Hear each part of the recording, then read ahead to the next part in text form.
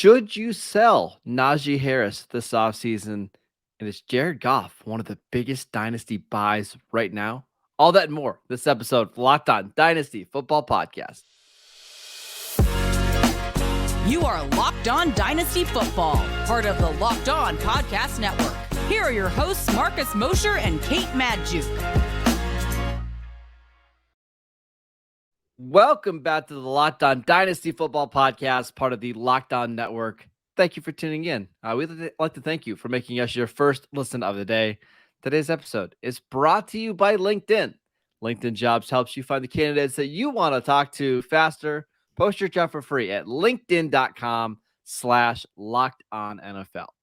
I am Marcus Mosher. You can follow me on Twitter at Marcus_Mosher. She is Kate Magdziuk. Follow her on Twitter at Kate Magdziuk. Kate, we're talking about your Steelers and my Detroit Lions today.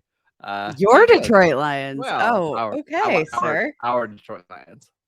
Our Detroit. Yeah, I mean, like, let's be honest. It's more like the universal hour. Like, Yes. we are all Detroit Lions fans henceforth from this moment onward. Because who wouldn't be? Because that team's awesome, fun to watch. And you know what I like about teams that I like to watch, Marcus? I like having stock in their dynasty players because it makes me feel like I'm part of the team. Yes.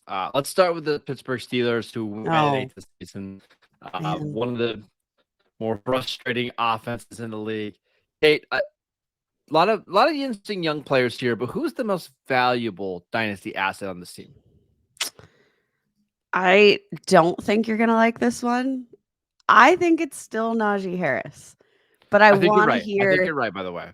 I still think it's Najee Harris, and I mean, man, Marcus, like there's a lot of interesting players on this team. Like, and I'm not just saying that because the Steelers are my favorite football team. I'm really not. But like Kenny Pickett, what you see on the field did not at all match what you saw on the stat sheet. Therefore, did not translate at all to fantasy. The touchdown production wasn't there. There was incredible inconsistencies in the pass game. And guess what? Matt Canada is back. And that is my hesitancy to involve myself in any of these receiving assets. The one receiving asset that I love, Pat Freiermuth, who, I mean, we've seen him come up so clutch. His work over the middle is incredible, but his concussion history, 3 diagnosed concussions in 2 NFL seasons. It's a little scary. It's a little bit scary for a guy as young as Pat Freiermuth. And, tight end is a very physical, position. You're right. It's Najee, but it's not going to feel good. I just don't think we're all that excited about Najee compared to where we were at this time last year. He's seen his average draft position drop by a lot. I remember, Kate, last year we were talking about him being ranked as like RB2 or RB3 in dynasty leagues. That slipped all the way to RB8. I still think, though, he's a little bit of a sell, even despite the slip in his play. Dynasty League football, he's being drafted as the 21st player overall. Guys going behind him: Deebo Samuel, Drake London, Mark Andrews, Josh Jacobs, Nick Chubb. Just ahead of him, Chris Olave, Kyle Pitts. Like, I kind of like all those guys over Najee.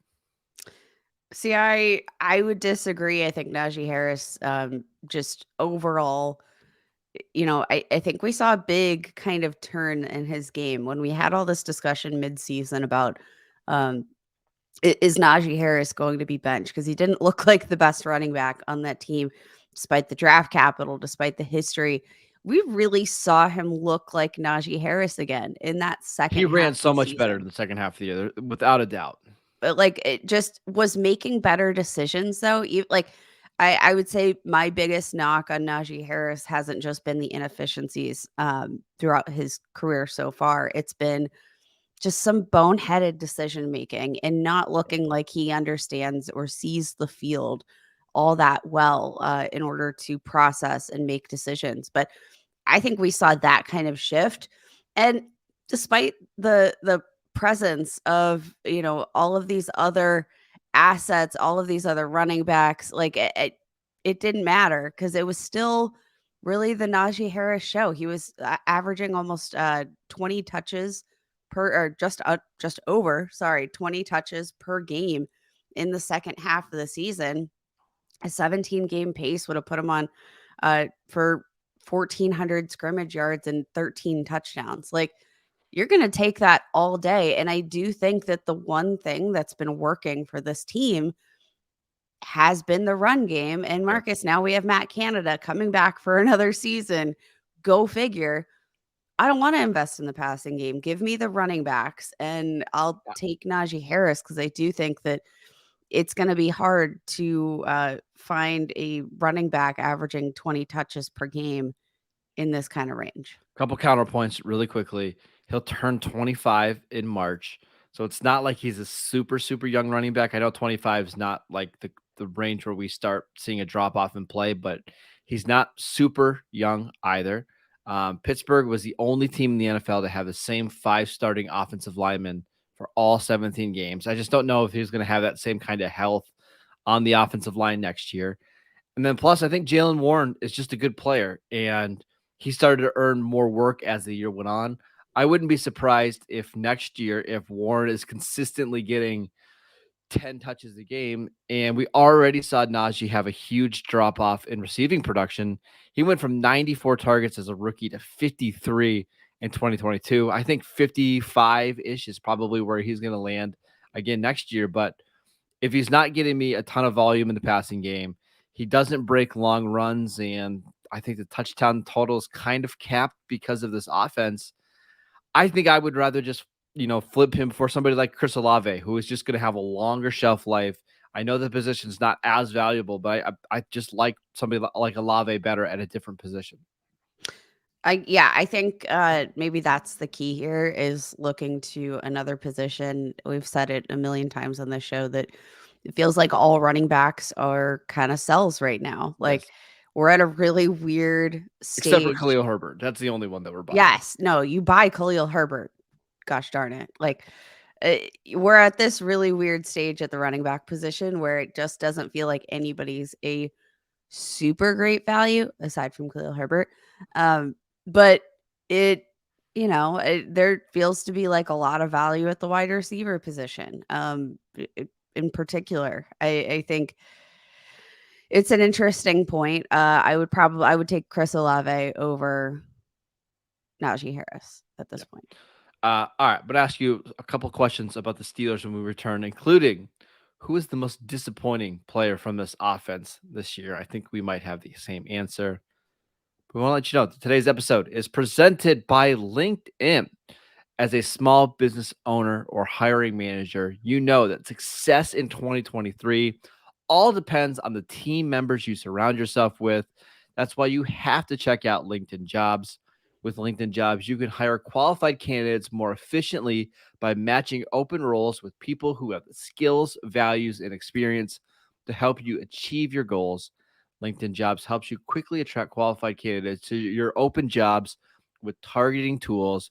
They go beyond resume data by using insights from your job post, your company, and their 875 million member profiles to put your post in front of the most qualified candidates. Identify the most qualified candidates on LinkedIn Jobs and connect them for free and insanely fast. It's incredible how fast they can do it. LinkedIn Jobs makes it easy to screen and rate applicants based on your job qualifications, all in one platform. It's why small businesses rate LinkedIn Jobs #1 in delivering quality hires versus leading competitors. LinkedIn Jobs helps you find the qualified candidates that you want to talk to faster. Post your job for free at linkedin.com/LockedOnNFL. That is linkedin.com/LockedOnNFL to post your job for free. Terms and conditions apply. Thanks again for making Locked On Dynasty your first listen every day. Subscribe now to the Locked On NFL podcast and get daily conversations on the biggest NFL stories, plus in-depth analysis on the biggest games of the weekend. Of course, the 2 championship games this weekend. And then on Monday, we have local insiders that will cover the weekend with game-to-game episodes. Locked On NFL, available on YouTube and wherever you get your podcasts. Kate, let's talk a little bit more about the Steelers. The most disappointing player this season for the Pittsburgh Steelers was Deontay yep, Johnson. yep. Ugh, I'm irate at Deontay Johnson. If you would have told me he had 147 targets, didn't crack 900 receiving yards, and had 0 touchdowns, Marcus, I would have told you to go home because you're lying. Yep.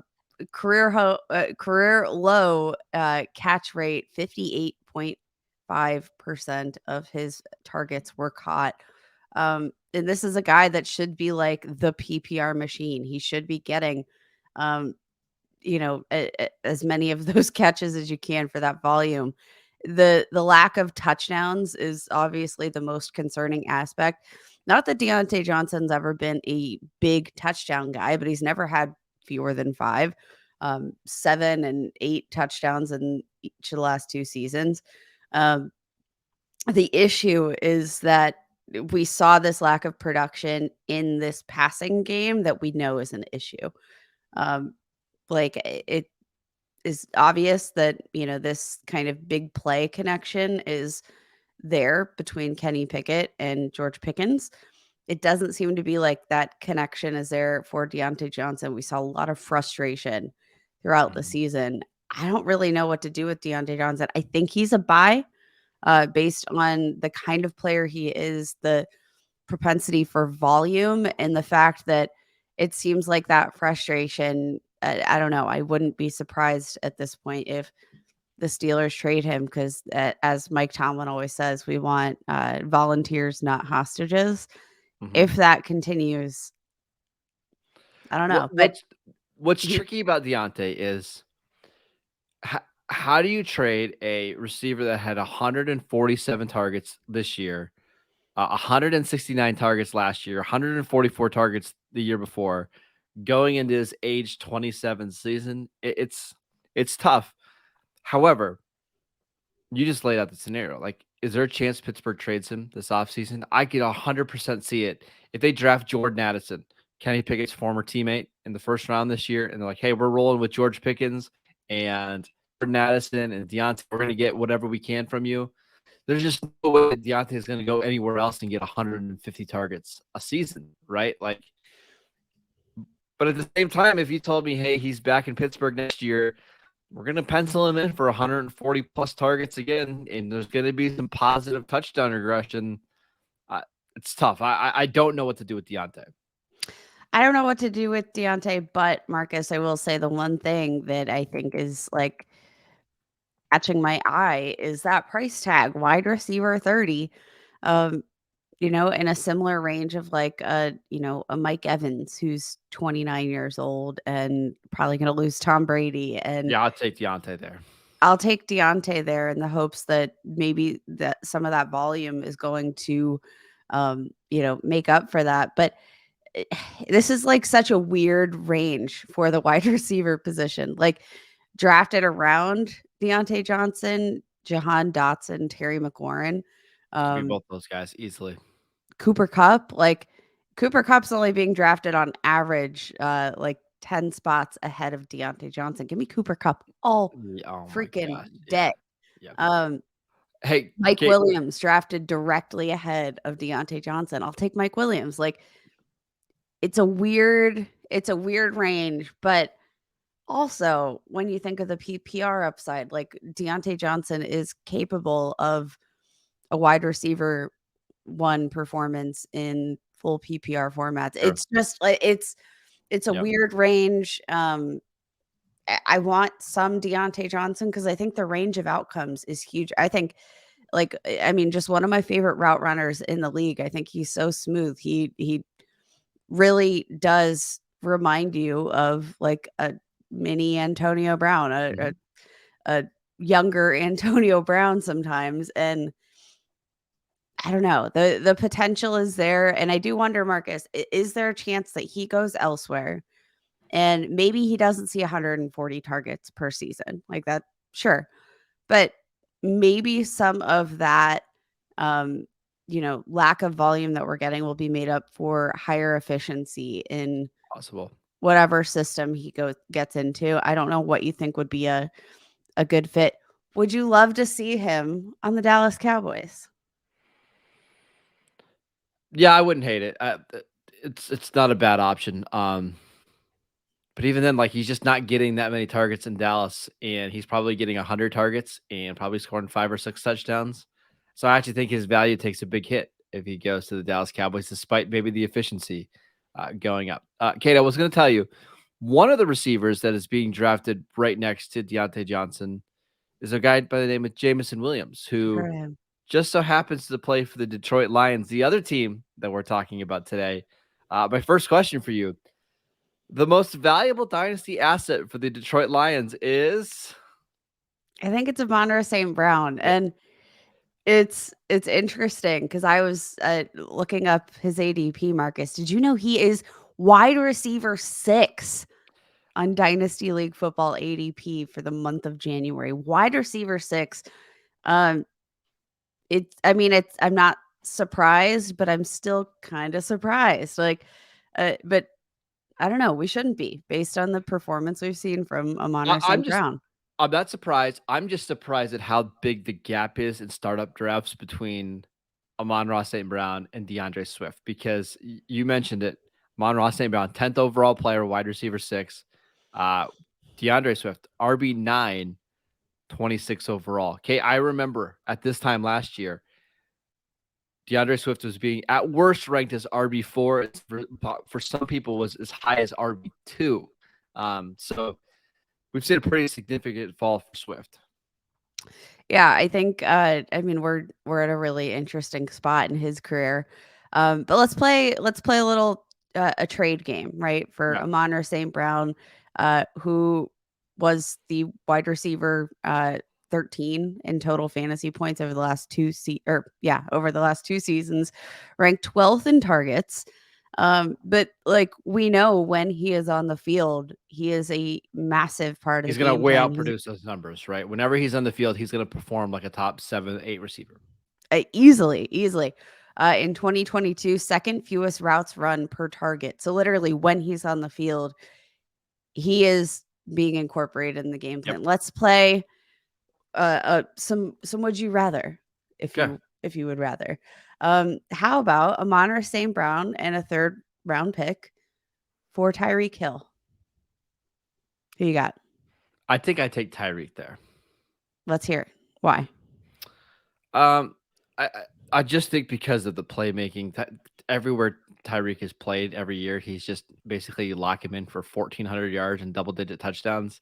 Uh, and I think there's a small chance that Amon-Ra St. Brown's role just decreases this year with Jamison Williams getting on the field, where Tyreek is he's the entire offense for Miami. So I'll roll with Tyreek right now. How about a 2023 first round pick? Oh, Where I'll would take you him draw on. the line for a first round pick? Like over under what draft capital would you say this 3? is an acceptable trade? 3? I mean, Okay. you could actually talk me into 102 as well. Wow. No, never mind. I take that back. Just the first two. The first 2 picks I would take over Amon-Ra St. Brown. Once we get to the third, I'm taking the stud. All right. We've got multiple trades on the board with Amon-Ra St. Brown and a first round pick over at Dynasty League Football. How about Garrett Wilson for George Pickens and Amon-Ra St. Brown? Ooh, I like that. I take Pickens and Amon-Ra St. Brown. Same. How about Amon-Ra St. Brown for Deontay Johnson and Deebo Samuel? I'll take Debo and Deontay. See, like, I think the takeaway at looking at these recent and very real trades is that feels like the value for him is kind of all over the place It right is. now. Well, I think it's because when you look at the receivers that are going behind him, right? Like Tyreek Hill, T. Higgins, Garrett Wilson, Chris Olave, like, we love Amon-Ra St. Brown, but if I can get Chris Olave and something else, it's pretty impressive. It's pretty impressive. So, Yeah. all right. We should talk about who we're buying from this offense, because frankly, we just want to buy everybody from this offense because we kind of think this offense is going to really perform well next year. But Who is the one player that we're buying for the Detroit Lions this offseason? That's coming up next. This episode is brought to you by FanDuel. The NFL playoffs are here, and we're really excited about our new sports betting partner for Locked On because they're the number one sports book in America. It's FanDuel. And if you're new to FanDuel, that's actually even better because they have so many new features that make betting on sports so fun and so easy. New customers, if you join today, you can get started with $150 in free bets, guaranteed when you place your first $5 bet. Just sign up at FanDuel.com/lockedon. FanDuel has all of your favorite bets from money lines to point spreads, to player props, to teasers. Plus, you can even combine your bets for a chance at a bigger payout with a same-game parlay, all in an app that's safe, secure, and super easy to use. So football fans, don't miss out. Place your first $5 bet to get $150 in free bets, win or lose, at FanDuel.com/lockedon. Make every moment more with FanDuel, the official sportsbook partner of the NFL. All right, Kate, before we head out, who is the one player that you are buying from this Lions team? I mean, we say one player, but Marcus, we know we're buying everybody. I'm all in on Jared Goff, baby. I'm rolling with Jared Goff, and I think we're silly not to invest because I mean, we saw the production from a fantasy standpoint this year, but also all indications from this coaching staff is that like Jared Goff is their guy for the time being. Saw a lot of production on the field this year. 3 games of 320 or more passing yards from Jared Goff this year. We saw 5 games with 3 or more touchdowns this year. He had a really good season. And I think what we saw from him is just competent game management. Like we saw a dip in his, air yards per attempt. Like he was making good decisions. I don't know what else to say. Lowest interception rate of his career, second highest adjusted yards gained per pass attempt. Like he just had a really good season. This team seems invested in him, and now you're telling me we get Amon-Ra St. Brown, we get Jameson Williams in there full time in the season to come. Like, give me Jared Goff because we've already seen what he can do, and there's probably no cheaper QB1 out there in the dynasty market. Awesome offensive line, an offensive coordinator that's coming back, so you have some continuity there. It's going to be the same receiving core, just with a little bit extra now that you get Jameson Williams. Yeah, a little extra spice. Come on. A little extra spice, a running game that can, that's really effective and can catch passes out of the backfield. How could you not love Jared Goff as like a super cheap QB1 this offseason? It costs you basically nothing to go out and get him. I'm go buy Jared Goff right now. And he's still young. That's what's crazy about Jared Goff is like, even if whatever reason Detroit drafts a quarterback or it doesn't work out, he's going to get another shot somewhere else because he's young. He's a former first-round pick who's had a lot of success. Go buy Jared Goff. He's not going anywhere anytime soon. Yep. I'm all in, baby. All right. That is it for today's show. Thank you for making Locked On Dynasty your first listen today. For your second listen, check out the Locked On NFL podcast, bringing you the local insights you love to the national spotlight with daily conversations and the biggest NFL stories. Locked On NFL, available on YouTube and wherever you get your podcasts. All the same places that you get the Locked On Dynasty podcast. Go check us out on YouTube. Follow Kate at Kate Magdziuk on Twitter. You can follow me at Marcus_Mosher. Enjoy the football games this weekend. We'll be back on Monday to break them down and to preview some more teams or to review some more teams. We'll see you guys then.